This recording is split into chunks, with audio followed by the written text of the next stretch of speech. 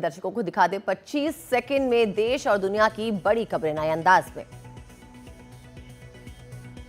आतंकी अदनान साफी डार सितंबर 2024 से लश्कर तैयबा के साथ है। शोपियां में अदनान का घर जमींदोज हुआ। उसके तुरंत बाद एनडीटीवी की टीम उसके घर पहुंची, जहां एक कमरे में हरे रंग का एक ऐसा बॉक्स मिला जिसमें विस्फोटक थे। यहाँ पर देखिए ये बॉक्स रखा हुआ है, इसमें लिखा हुआ है 10 kg। ये विस्फोटक का बॉक्स है। सहयोगी मुकेश सिंह सेंगर के लिए ये एक्सक्लूसिव रिपोर्ट कवर करना जान पर खेलने के बराबर ही रहा।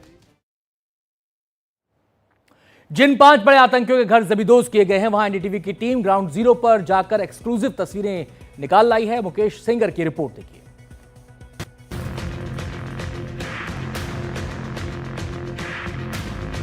आतंकी अदनान साफी डार का घर, आतंकी आसिफ शेख का घर, आतंकी आदिल हुसैन का घर, आतंकी एहसान उल हक का घर, आतंकी जाकिर अहमद गनई का घर।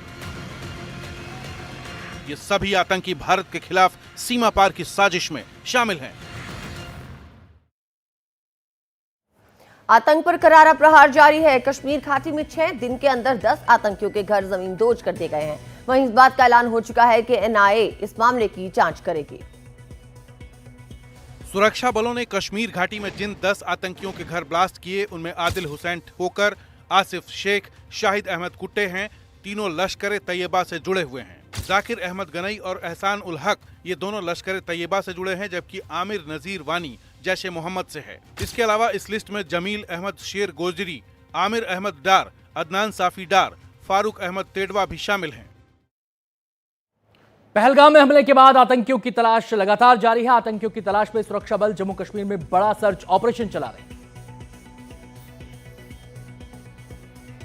पर्यटक का कत्ल सिर्फ एलओसी के पार से आए पाकिस्तानी आतंकियों का काम नहीं था। सिर्फ रात के अंधेरों में स्मगल्ड हथियारों की कहानी नहीं थी। कश्मीर के कुछ लोगों ने अपने मेहमानों को उन हथियारों के हवाले कर दिया जो तबाही लाने आए थे। 15 लोकल OGWs, ओवरग्राउंड वर्कर्स, 100 से ज्यादा लोग गिरफ्तार और पूछताछ में।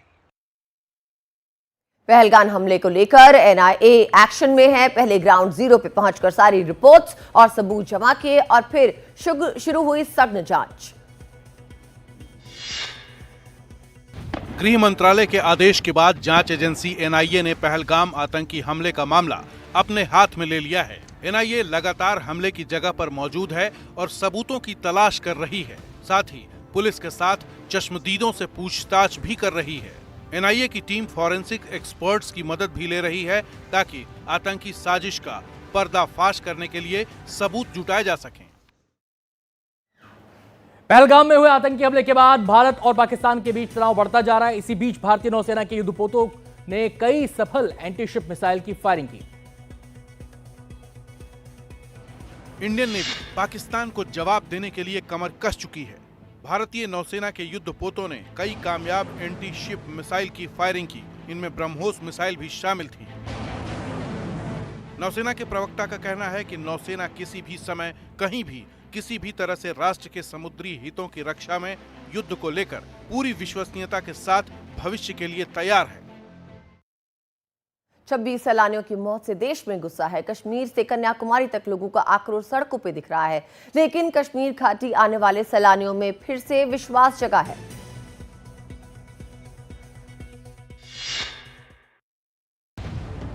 पहलगाम आतंकवादी हमले को लेकर पाकिस्तान के साथ बढ़ते तनाव के बीच भारतीय सेना अपनी युद्ध की तैयारियों को लगातार पुख्ता करने में जुटी है।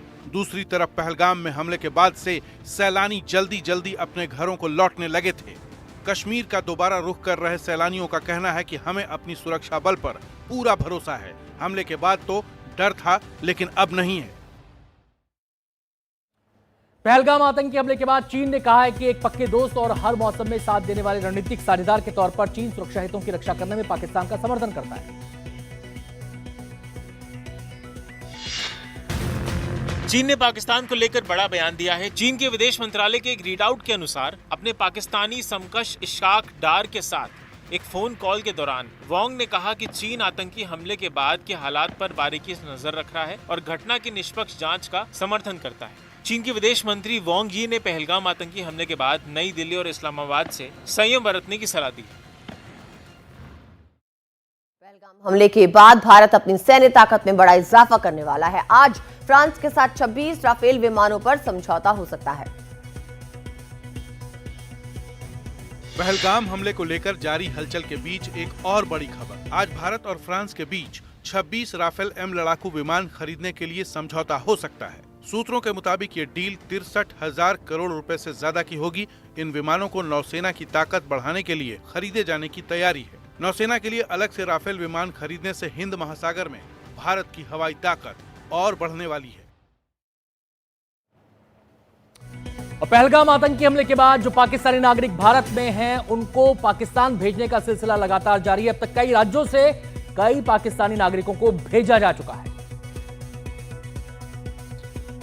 अटारी बॉर्डर पर पाकिस्तानी नागरिकों की लंबी लाइन लग गई। इन्हें भारत सरकार के अल्टीमेटम के बाद पाकिस्तान वापस भेजा जा रहा है। पहलगाम में हुए आतंकी हमले के बाद केंद्र सरकार ने बड़े फैसले लिए थे। जिन लोगों को लौटना पड़ा है, उन्हें कुछ समझ नहीं आ रहा कि करे क्या।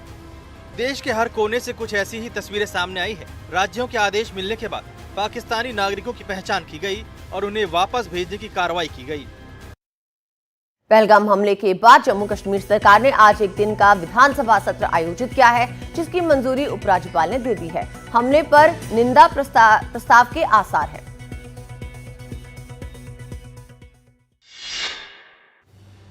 जम्मू कश्मीर विधानसभा का आज एक दिन का विशेष सत्र आयोजित किया गया है। उपराज्यपाल मनोज सिन्हा ने पहलगाम हमले पर चर्चा के लिए इस सत्र को मंजूरी दी है, जिसके लिए मुख्यमंत्री उमर अब्दुल्ला ने सिफारिश की थी, जिसके बाद उपराज्यपाल ने यह समन जारी किया। सूत्रों के मुताबिक विधानसभा सत्र में पहलगाम हमले के पीड़ितों के लिए श्रद्धांजलि और हमले की निंदा प्रस्ताव शामिल होने के आसार हैं। ये माना जा रहा था पहलगाम हमले के बाद कि सैलानियों की तादाद कम हो जाएगी, सैलानी डर के मारे आएंगे नहीं, डर फैल जाएगा, लेकिन ऐसा होने नहीं जा रहा है। और इसकी तस्दीक खुद सैलानी कर रहे हैं, क्योंकि सैलानी कम संख्या में ही सही कश्मीर का रुख कर रहे हैं।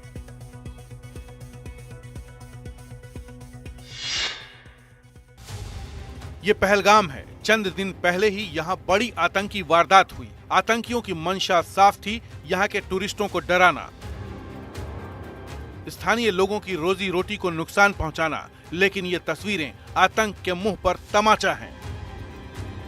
श्रीनगर में इन दिनों पैर रखने की जगह नहीं होती थी, लेकिन फिलहाल भीड़ उतनी नहीं है।